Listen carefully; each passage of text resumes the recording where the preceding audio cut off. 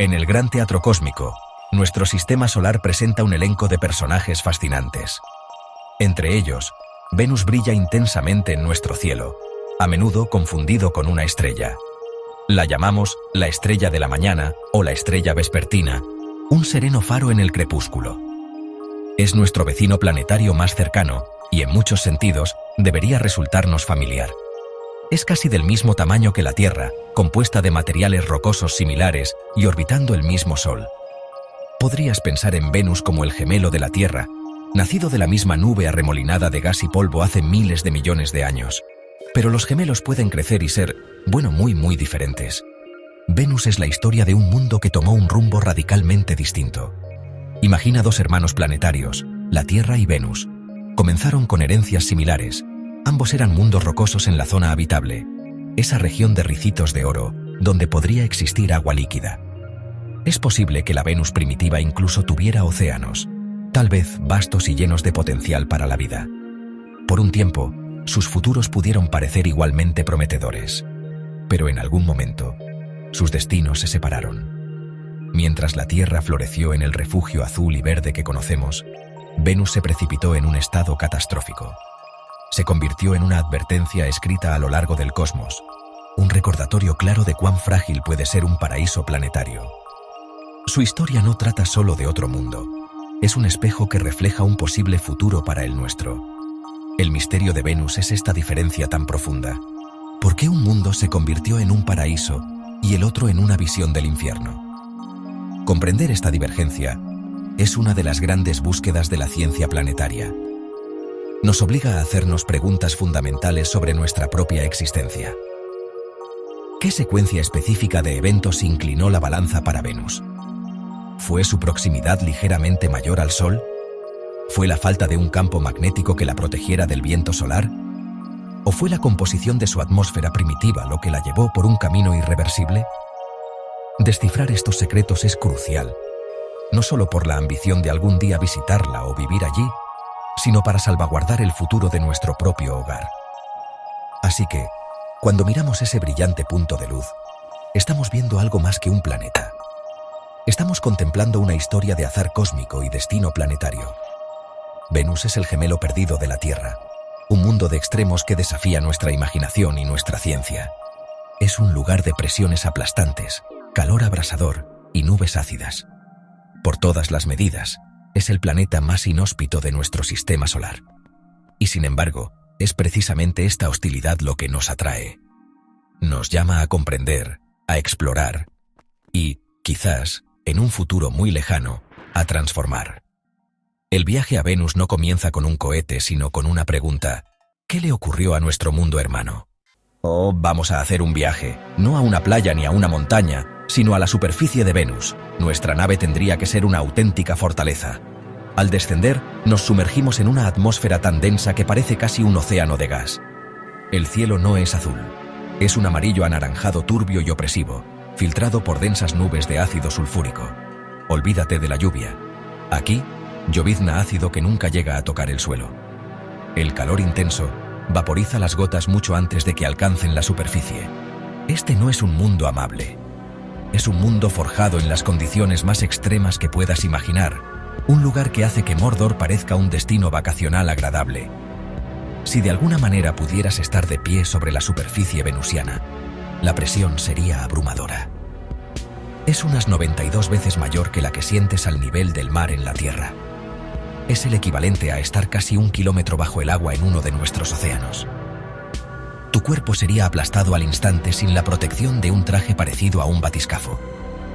Esta inmensa presión proviene de su atmósfera, que es casi completamente dióxido de carbono, un gas que conocemos demasiado bien por sus propiedades de retención de calor. Esta gruesa y pesada manta de Heu-2 es la principal arquitecta del ambiente hostil del planeta, una mortaja sofocante que define su naturaleza. Y luego está el calor. Venus es el planeta más caliente de nuestro sistema solar, incluso más que Mercurio, que está mucho más cerca del Sol. La temperatura superficial es uniformemente de 465 grados Celsius o unos 870 grados Fahrenheit. Es suficiente para derretir plomo. Tu horno en casa no llega a ponerse tan caliente. Este calor implacable presente en todo el planeta, es consecuencia directa de un efecto invernadero desbocado. La gruesa atmósfera de dióxido de carbono actúa como una puerta de sentido único para la energía. La luz solar entra y calienta la superficie, pero la radiación térmica que intenta escapar queda atrapada, convirtiendo todo el planeta en un horno abrasador. El paisaje en sí es un mundo volcánico. El mapeo por radar de misiones como Magallanes ha desvelado una superficie cubierta de volcanes y vastas llanuras de lava. Hay enormes volcanes en escudo, extrañas cúpulas en forma de panqueque formadas por lava viscosa y complejas redes de grietas y crestas. Aunque no hemos confirmado erupciones volcánicas activas hoy en día, el planeta es geológicamente joven y probablemente sigue activo. Es un mundo dinámico y violento, que se remodela constantemente bajo un cielo de ácido y una manta de gas aplastante y sobrecalentado. Este no es un lugar para la vida, al menos todavía no. La historia del clima de Venus es una de las lecciones más importantes que puede enseñarnos el sistema solar. Es la historia del efecto invernadero, un mecanismo esencial para la vida en la Tierra, pero que aquí se ha descontrolado por completo. En nuestro planeta, los gases de efecto invernadero como el dióxido de carbono y el vapor de agua atrapan justo la cantidad necesaria de calor solar para mantener nuestros océanos líquidos y nuestro clima estable. Es un equilibrio delicado. Un poco nos mantiene cálidos y cómodos. Demasiado, y tienes una catástrofe. Venus es el ejemplo definitivo de demasiado. Nos muestra lo que sucede cuando este termostato planetario se rompe y se queda atascado en alta temperatura. Imagina la Venus primitiva, hace miles de millones de años. Estaba más cerca del Sol que la Tierra, así que recibía una luz solar más intensa. A medida que el joven Sol se volvía más brillante, cualquier océano en Venus habría comenzado a evaporarse a un ritmo acelerado. Esto añadía cada vez más vapor de agua, un potente gas de efecto invernadero, a su atmósfera. Más vapor de agua significaba que se atrapaba más calor, lo que a su vez provocaba que se evaporara aún más agua. Se creó así un círculo vicioso, una reacción en cadena imparable. Cuanto más caliente, más vapor de agua llenaba el aire, y más subía la temperatura todavía. A esto lo llamamos un efecto invernadero desbocado. Una vez que los océanos hirvieron y desaparecieron, el destino del planeta quedó sellado. En lo alto de la atmósfera, la intensa radiación ultravioleta del Sol rompió las moléculas de vapor de agua, H2O. Los átomos de hidrógeno, al ser ligeros, escaparon al espacio para siempre. Los átomos de oxígeno, más pesados, probablemente se combinaron con carbono procedente de la actividad volcánica para formar aún más dióxido de carbono. Sin agua para formar océanos y disolver el CO2, y sin tectónica de placas para devolver el carbono a las rocas, el gas simplemente se fue acumulando en la atmósfera, creando la gruesa y sofocante manta que vemos hoy. Esta historia es una advertencia profunda para nosotros aquí en la Tierra. Actualmente estamos llevando a cabo nuestro propio experimento no planificado y a largo plazo con nuestra atmósfera al bombear enormes cantidades de dióxido de carbono en ella. Aunque nuestra situación no es tan grave como la de Venus, estamos más lejos del Sol y aún tenemos océanos. La física fundamental es la misma. Venus es una demostración planetaria, a escala, de cómo el clima de un mundo puede sobrepasar un punto de no retorno, llevando a cambios irreversibles. Nos recuerda que la habitabilidad de un planeta no está garantizada. Es un estado precioso y frágil que debe ser mantenido. Dadas las condiciones infernales en la superficie, la idea de caminar sobre Venus es, por ahora, pura ciencia ficción. Pero, ¿y si no tuviéramos que tocar el suelo? ¿Y si pudiéramos vivir en el cielo? Muy arriba en la atmósfera venusiana, a unos 50 o 60 kilómetros sobre la superficie, el ambiente es sorprendentemente parecido al de la Tierra. A esa altitud, la presión aplastante desaparece. La presión atmosférica es casi la misma que sentimos al nivel del mar en la Tierra. No haría falta un traje pesado y presurizado para sobrevivir. Bastaría con una simple máscara de oxígeno y protección contra la niebla ácida. En este punto ideal de las nubes, la temperatura también es mucho más manejable. En lugar de los 465 grados Celsius que funden el plomo, encontrarías un rango agradable, de aproximadamente 0 a 50 grados Celsius. Es una temperatura en la que los seres humanos pueden vivir cómodamente. Además, a esta altitud, la densa atmósfera superior proporciona una protección significativa contra la radiación solar dañina, incluso más que la que recibimos en la superficie terrestre. En esta capa de la atmósfera, Venus es, probablemente, el entorno más parecido a la Tierra en todo el sistema solar, aparte de la propia Tierra. Es un paraíso oculto sobre un infierno. De esta idea surge el concepto de la ciudad flotante. Imagina enormes dirigibles o hábitats, flotando y desplazándose entre las nubes venusianas. Porque nuestro aire respirable, una mezcla de nitrógeno y oxígeno, es más ligero que la densa atmósfera de dióxido de carbono de Venus. Un globo lleno de nuestro aire flotaría de forma natural. Igual que un globo de helio asciende en nuestro aire, un hábitat lleno de atmósfera terrestre sería flotante en Venus. Esto significa que podrías construir grandes ciudades autosuficientes en el cielo, flotando a una altitud donde la vida es fácil. Estas ciudades en las nubes serían nuestros puestos de avanzada en este extraño mundo nuevo. Estas colonias flotantes podrían ser centros de ciencia, industria y exploración. Podrían servir como bases desde las que estudiar el planeta de abajo, enviando sondas robóticas para enfrentarse a la dura superficie. Podrían procesar la atmósfera venusiana, extrayendo carbono, nitrógeno y otros elementos. La energía solar sería abundante por encima de la capa principal de nubes, proporcionando energía más que suficiente para estas civilizaciones aéreas. Esta visión de ciudades en las nubes no es solo una fantasía. La NASA ha explorado este concepto con su High Altitude Venus Operational Concept, conocido como HAVOC. Representa un enfoque más realista y gradual para colonizar Venus, evitando los enormes desafíos de la superficie. Vivir en ciudades flotantes es una cosa, pero el sueño más grande es transformar a Venus en una segunda Tierra. Este proceso se llama terraformación. Modificar un planeta entero para hacerlo, bueno, habitable. Terraformar Venus es una tarea monumental, quizás el proyecto de ingeniería más grande que la humanidad podría concebir. Los objetivos principales serían reducir la temperatura de su superficie, adelgazar su atmósfera masiva e introducir agua. Es un proyecto para siglos, o incluso milenios, que requiere tecnologías mucho más allá de nuestras capacidades actuales. Pero, ¿saben? La imaginación de científicos e ingenieros ya ha comenzado a esbozar cómo podría hacerse. Una de las primeras y más ambiciosas ideas implica deshacerse del grueso escudo solar del planeta. No la atmósfera en sí, sino la luz solar que alimenta el efecto invernadero. Una propuesta sugiere colocar una gigantesca sombra solar, o una serie de más pequeñas, en órbita entre Venus y el Sol. Esto proyectaría una sombra masiva sobre el planeta, reduciendo drásticamente la cantidad de energía solar entrante. Con menos luz solar, el planeta comenzaría a enfriarse.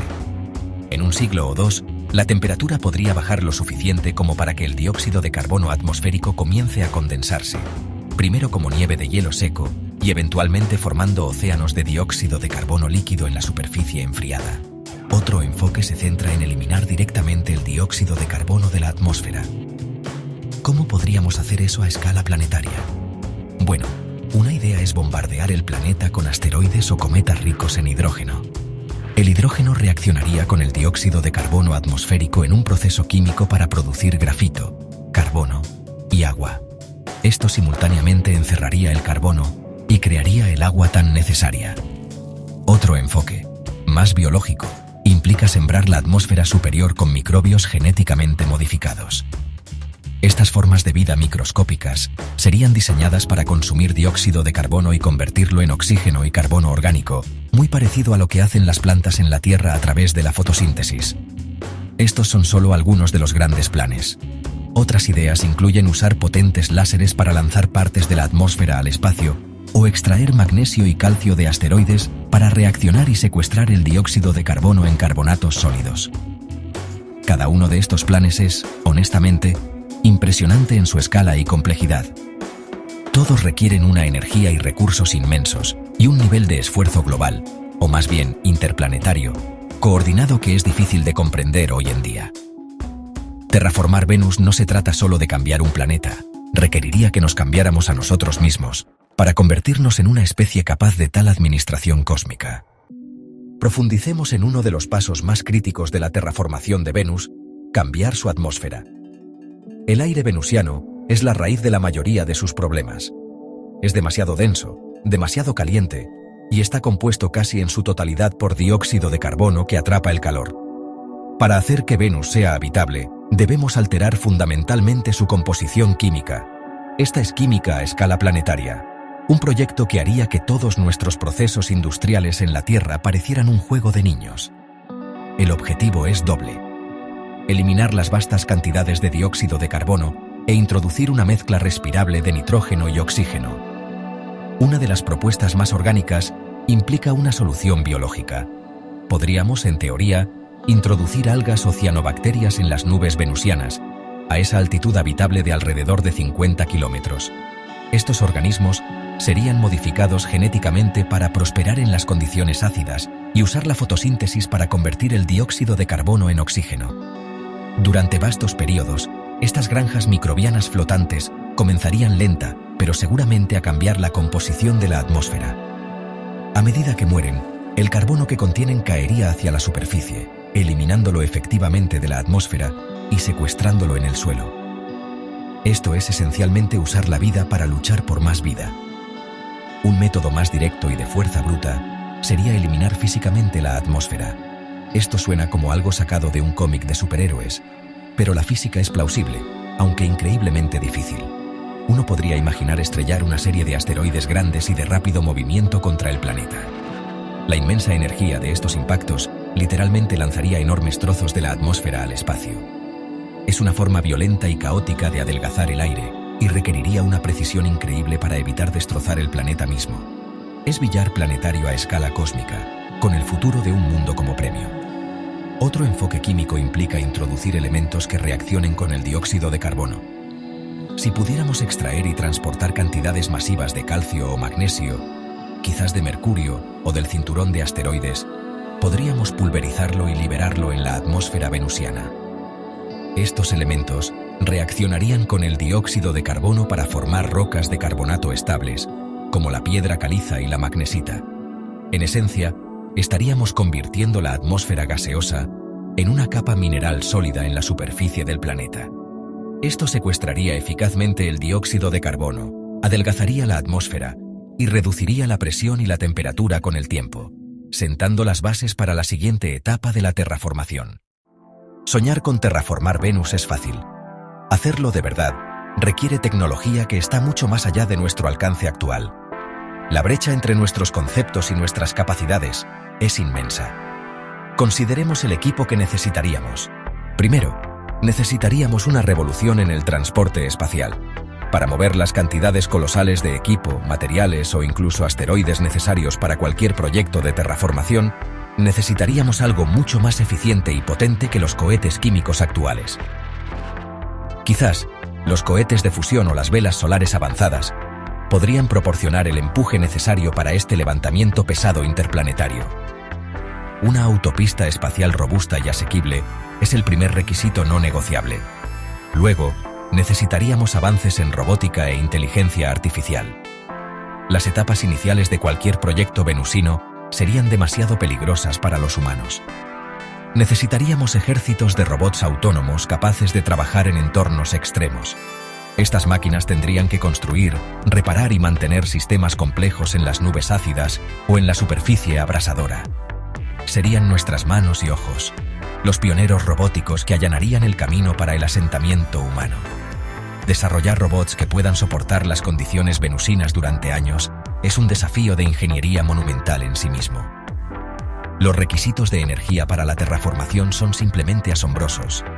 El proyecto consumiría más energía de la que produce actualmente toda nuestra civilización. Necesitaríamos aprovechar la energía a escala planetaria. Esto podría implicar la construcción de vastas matrices de satélites de energía solar en órbita alrededor de Venus, o incluso la construcción de un enjambre de Dyson alrededor del Sol. Dominar la energía de fusión también sería un cambio de juego, proporcionando una fuente de energía compacta e increíblemente poderosa. Finalmente, necesitamos avances en biotecnología y sistemas de soporte vital de ciclo cerrado. Para las ciudades flotantes, necesitaríamos crear ecosistemas completamente autosuficientes, reciclando cada gota de agua, cada molécula de aire y cada nutriente.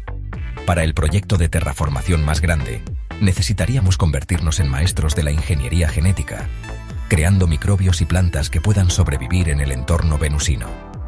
Estos organismos serían los motores biológicos del cambio planetario. En cada campo, estamos solo al comienzo del viaje hacia la adquisición de las herramientas para una nueva génesis. Nuestro conocimiento de Venus no ha venido de mirar las estrellas sin más. Ha sido recopilado con mucho esfuerzo por una serie de robots enviados que se atrevieron a enfrentar el duro ambiente del planeta. La Unión Soviética lideró las primeras exploraciones con su programa Venera. En los 1960 y 70, enviaron una flota de sondas a nuestro planeta hermano. Muchas se aplastaron, derritieron o fallaron, pero algunas tuvieron un éxito espectacular. Venera 7 fue la primera nave espacial en aterrizar con éxito en otro planeta y enviar datos a la Tierra. Misiones posteriores, como Venera 9 y 13, enviaron las únicas imágenes que hemos tomado desde la superficie de Venus. Paisajes inquietantes, de color naranja, con rocas planas bajo un cielo espeso y opresivo. Estados Unidos también hizo contribuciones importantes. La Mariner 2 de la NASA fue el primer sobrevuelo planetario exitoso, confirmando las temperaturas extremas de la superficie en 1962. El proyecto Pioneer Venus, en 1978, consistió en 2 naves espaciales, un orbitador que mapeó la superficie con radar y una sonda múltiple que lanzó 4 equipos de instrumentos a la atmósfera. Estas sondas nos dieron nuestra primera mirada detallada a la estructura y composición de las nubes y la atmósfera de Venus. Pero la joya de la exploración de Venus fue el orbitador Magallanes, que funcionó de 1990 a 1994. Usó un potente radar para atravesar las nubes y mapear más del 98% de la superficie del planeta con un detalle asombroso, revelando el mundo volcánico que había debajo. Después de un periodo de relativo abandono, el interés en Venus está resurgiendo. La sonda Venus Express de la Agencia Espacial Europea orbitó el planeta desde 2006 hasta 2014, estudiando su atmósfera con un detalle sin precedentes y encontrando más pruebas de vulcanismo activo. El orbitador Akatsuki de Japón está estudiando actualmente el clima extremo del planeta y la forma en que se mueve su atmósfera. Y ahora, una nueva ola de exploración está en el horizonte. La NASA ha elegido 2 nuevas misiones para lanzar a finales de los 2020 Veritas, un orbitador que creará mapas detallados en 3 dimensiones de la superficie, y DaVinci Plus, una sonda que descenderá a través de la atmósfera, tomando muestras de su composición química a medida que avanza. Estas próximas misiones son muy importantes. Nos ayudarán a responder preguntas fundamentales sobre cómo Venus se convirtió en el invernadero que es hoy y si alguna vez tuvo vida. Buscarán señales de volcanes activos y estudiarán los minerales misteriosos en la superficie. Son el siguiente paso lógico en nuestra larga conversación con Venus.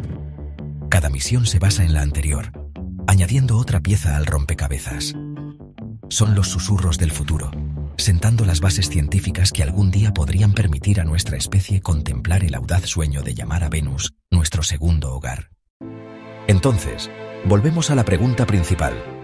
¿Se convertirá Venus algún día en un hogar para la humanidad? Los desafíos son, sin exagerar, enormes.